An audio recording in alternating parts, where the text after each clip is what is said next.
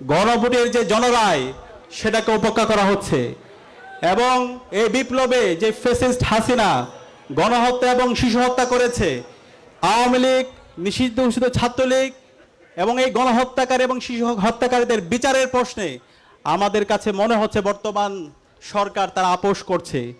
আমরা ছাত্র জনতার পক্ষ থেকে আহ্বান করব, এই জুলাই গণহত্যাকারী শিশু হত্যাকারীদের বিচারে স্বাধীন বাংলাদেশে করতে হবে।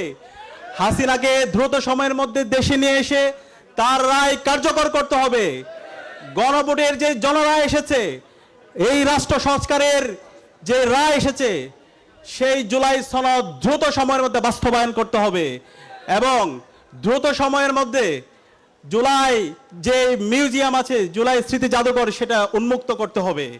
এবং আজকে ইসলামী ছাত্র শিবির ঢাকা বিশ্ববিদ্যালয় শাখা জুলাইয়ের স্মৃতিগুলো এবং গত 16 বছরের ফেসিবাদ চিত্র প্রদর্শনের মাধ্যমে তুলে ধরেছে।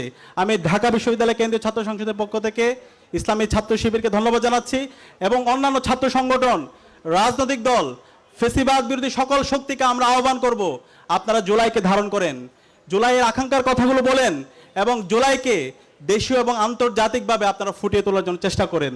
আমরা আশা রাখছি আগামীর যে বাংলাদেশ হবে, সে বাংলাদেশ হবে ইনসাফের বাংলাদেশ এবং আগামীর বাংলাদেশে জুলাই শহীদদের আকাঙ্ক্ষা বাস্তবায়ন হবে ইনশাআল্লাহ। সেই বাংলাদেশের গড়ার উদাত্ত আহ্বান জানিয়ে এবং সবাইকে ঐক্যবদ্ধভাবে ইনসাফের পক্ষে অবস্থান নেওয়ার জন্য আহ্বান জানিয়ে আমি আমার কথা এখানে শেষ করছি। আসসালামু আলাইকুম রহমতুল্লাহ।